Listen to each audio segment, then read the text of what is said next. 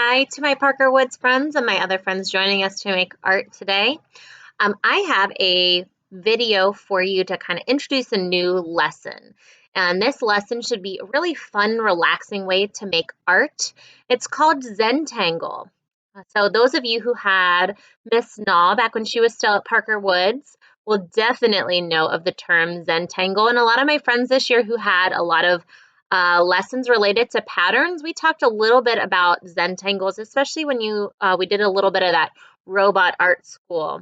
So patterns are going to be a really crucial part of this lesson. So when we're talking about patterns, remember we're talking about the principle of design that we use, where we have a repeated element of art. And the four elements of art that we use to create patterns, we create them out of lines, shapes, colors, and textures. Those are our four elements of art. So lines, shapes, colors, and texture. Those four are the ones that we use to create our patterns. And remember, patterns repeat.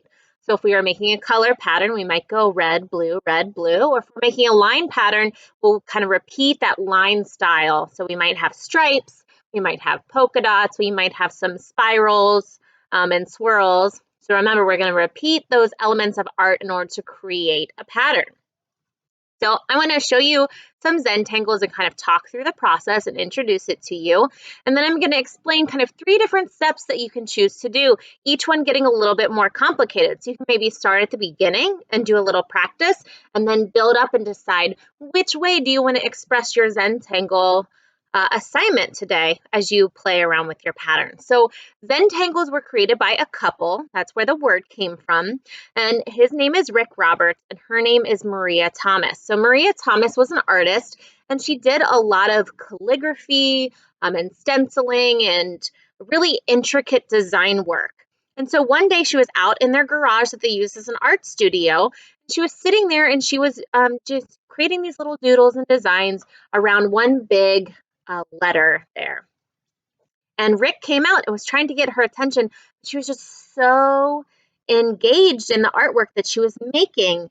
And once she finally came out of that little art coma that she was in, she described it as feeling this sense of dreaming and drawing at the same time, and almost equated it to it becoming art as a form of meditation. It became really relaxing. And so what a Zentangle is, which is the term that they kind of created to describe this, is when you're filling a defined space in with a simple pattern and you kind of lose yourself as you're creating this art and doing this design. So she talks about this feeling of timelessness and the feeling of having no worries anywhere because she's so relaxed in her art making.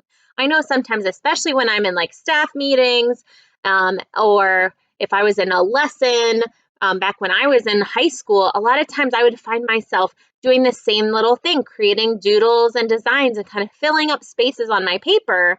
And it's a really good way for me to focus.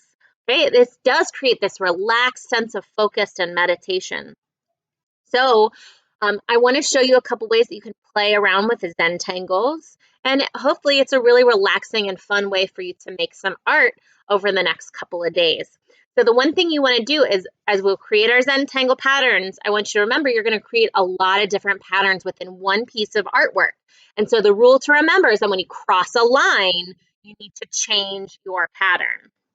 So the supplies you're going to need to do this, you're going to need some paper. I also recommend that you have a piece of scrap paper that you can put underneath of the paper that you're going to use. That way, in case your lines go off, you don't get in trouble for making any marker lines or pencil line or mess on the table or whatever surface you're working on. So scrap paper and then the paper that you're going to use. You're going to need a pencil and eraser. Remember, we need an eraser just in case we make a mistake. And I recommend starting this with your pencil so that way if you do make a mistake, you can erase it as opposed to going straight away to your marker, in which case that'll be a much harder mistake to fix. But we're going to work through those mistakes because remember, making a mistake is just an opportunity to find a new way to create that art. Maybe you'll find that that piece, after you change or alter your first idea to create a new idea that kind of fixes or changes your mistake, it might become your new favorite part of your artwork. So remember, don't give up if you make a little mistake with your marker. Find a way to work through that spot.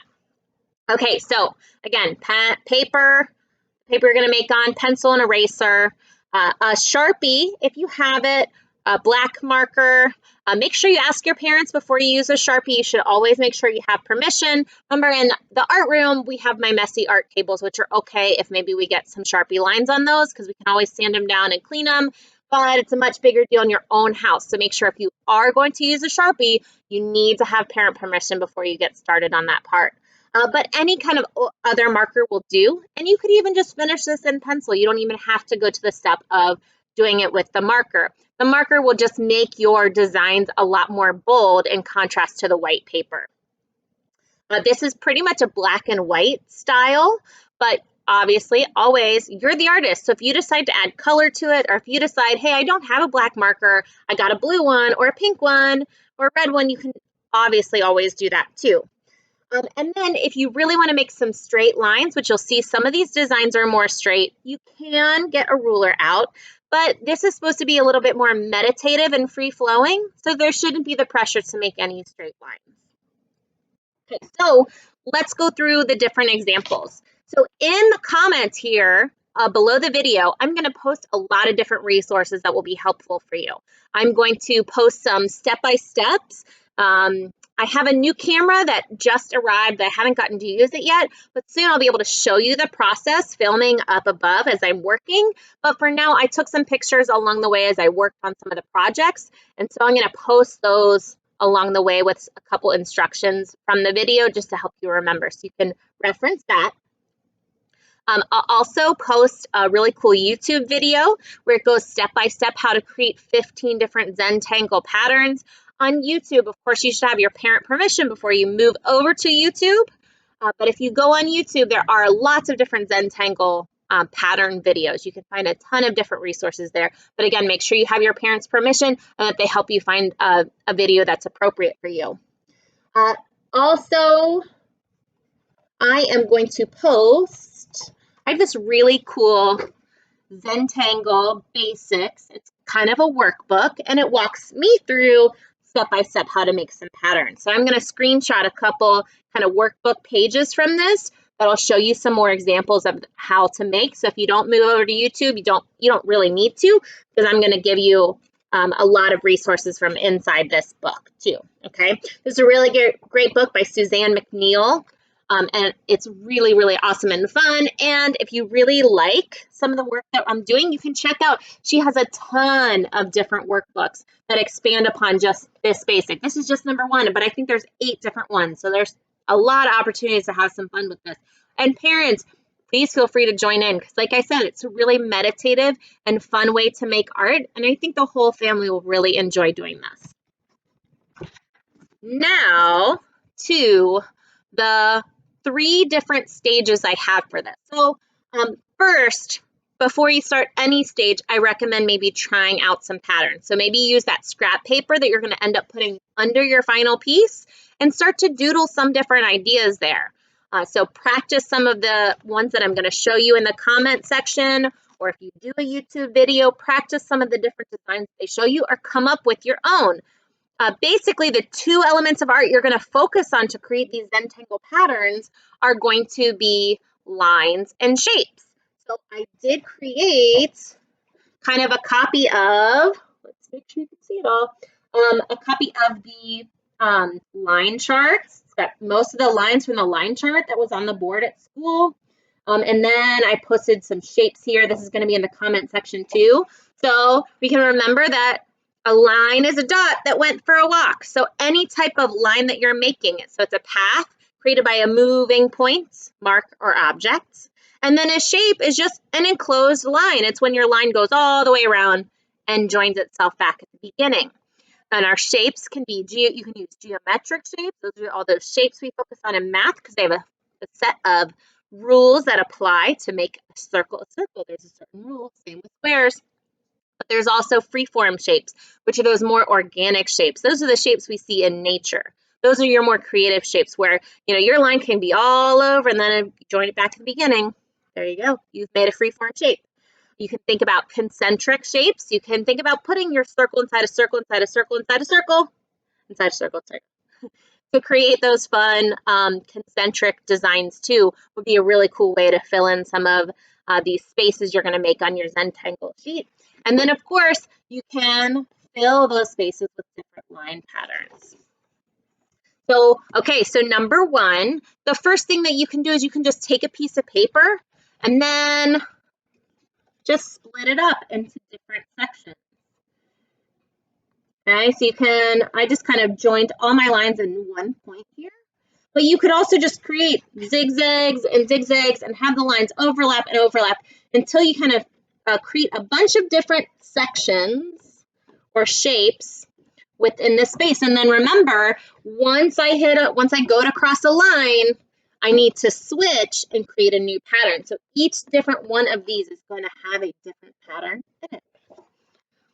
So that's number one. Just create a bunch of different sections or segments on your paper, and then each different one you can fill in.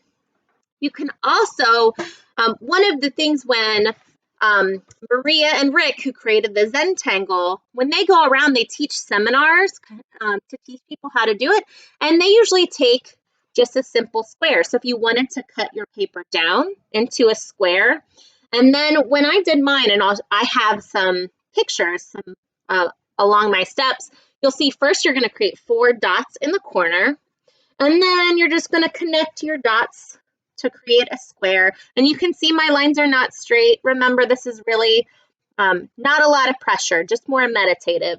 So I connect my dots here, and then I just went through and created some zigzag lines that went across and broke it up into different pieces. And you can see as I hit the different lines, I switched my patterns.